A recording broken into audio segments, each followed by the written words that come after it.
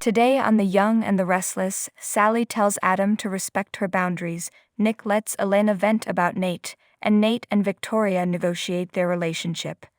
Adam joins Sally at Crimson Lights to discuss his offer of a job at McCall. Before he can gush about the possibilities, she stops him to say the answer is no. She declares that they can never ever work together. He assumes Nick pushed her into such a reckless decision. He's offering her the chance to create her own culture and the job of her dreams. Sally says she makes her own decisions. Adam back off. He was excited by the idea of them working together. They can have what they had at Newman Media again. She insists she wants different things now and there isn't a Newman alive who will ever sign her paychecks again. He points out she's about to be part of that family. Sally demands that he respect her decision. "What don't I respect about you?" he asks. She insists that everything has changed between them. They have boundaries and he needs to pay attention to them. She'd like him to be part of the child's life, but that's all she wants. He needs to stop saying things he shouldn't to someone who is not his. Adam apologizes for getting ahead of himself. Sally says he deserves a woman he can give his whole heart to. She's sure their daughter will change his life and make him want to be the best man he can be. She already has, he says. There's one thing Sally needs him to do. He needs to find a way to let her go. From the way that he looks and speaks to her, she can see he hasn't. It's important for him to keep his distance. She'll keep him abreast of the doctor's appointments. Maybe they can find a level of contact that works for all four of them. She's sure he will agree eventually and walks out. Nick runs into Elena in the GCAC dining lounge. She informs him that she's staying there now. It turns out he was right about Nate. She asks how long he knew about Nate and his sister. He can't say but does say that Nate is a jackass and suggests they have some ice cream. They get a table and are disappointed that there is no ice cream. They drink booze instead. He offers to pay for the night. She says it's not his fault, Nate has no moral compass, and jokingly suggests he pay her hotel bill as payback for what his sister did. Nick decides it's time to give unsolicited advice. She should treat this like a root canal. Just chill and do nothing. If she wants to dump her podcast or work remotely, that's cool. She never has to see Nate. Elena thinks it must be tough for him not to have that kind of luxury, given Adam's part in Sally's life. He admits his parents think he's beyond help, but he's the happiest he's been in a long time. Catching himself, Nick's sorry to say that to someone with a broken heart. Laughing, she tells him to embrace it and they toast to love. Sally goes to her suite and finds Nick waiting for her with dinner. She's startled. He announces there's something he hasn't said to her yet, and it required some embellishments. He's fallen completely in love with you. Oh, she says, putting down her purse. That's not the response he was expecting. She thinks this is wonderful but wonders why he's telling her now. He was reminded of what's important. She's the best thing that's happened to him in a long time. He thinks of her all the time and no one will keep him away from her. You're stuck with me, he says. Good, she agrees. They kiss. Nate stops by Victoria's office at Newman. She was going to ask about his flight home, but it looks like it was a crash landing. After she pours them a drink, she asks how they are. She's not talking about business and wants to know how things are with Elena.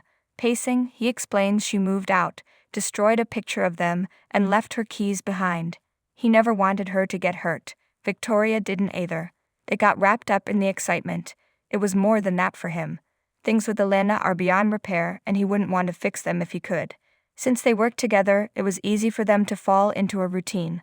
Once his life as a doctor ended, his passion for that relationship fell away. Now he is a different man. He's unstoppable at Newman and Elena couldn't be with the man he has become.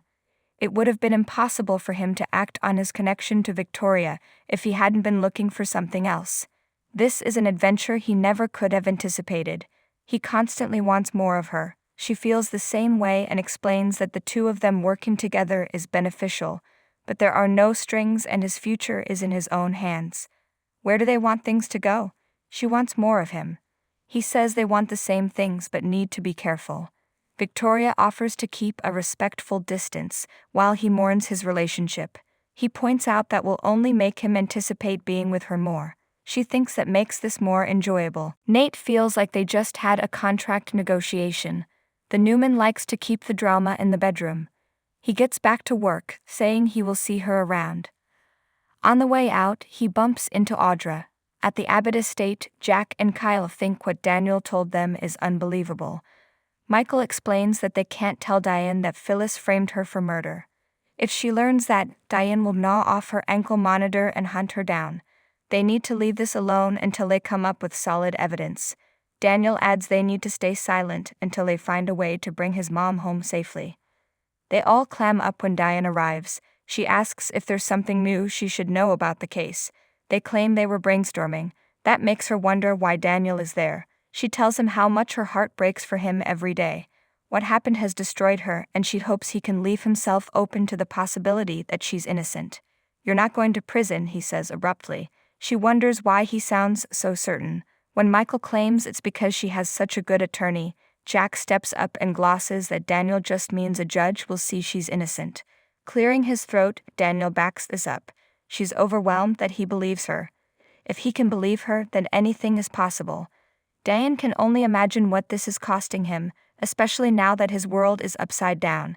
As she goes on about how proud his mother would be, Daniel has a hard time controlling himself. Michael suggests they keep his support quiet while they work things out.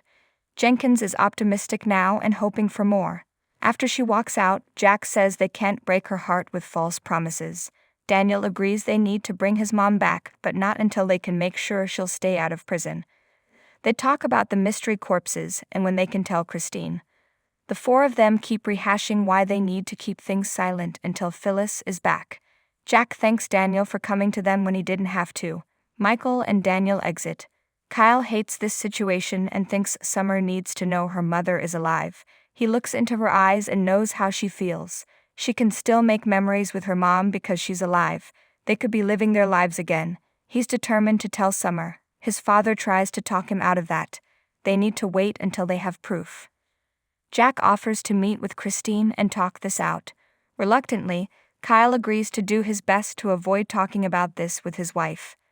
Once Jack is gone, Diane returns and tries to plan the future with her son. Solemnly, he announces that there is something she needs to know. Jack goes to society to meet with Christine. She sends a text to say she's been delayed. He gets a notification on his phone reminding him of an anniversary with Phyllis. When he peers up, Victor is standing there. He laughs, saying it looks like Jack just saw a ghost.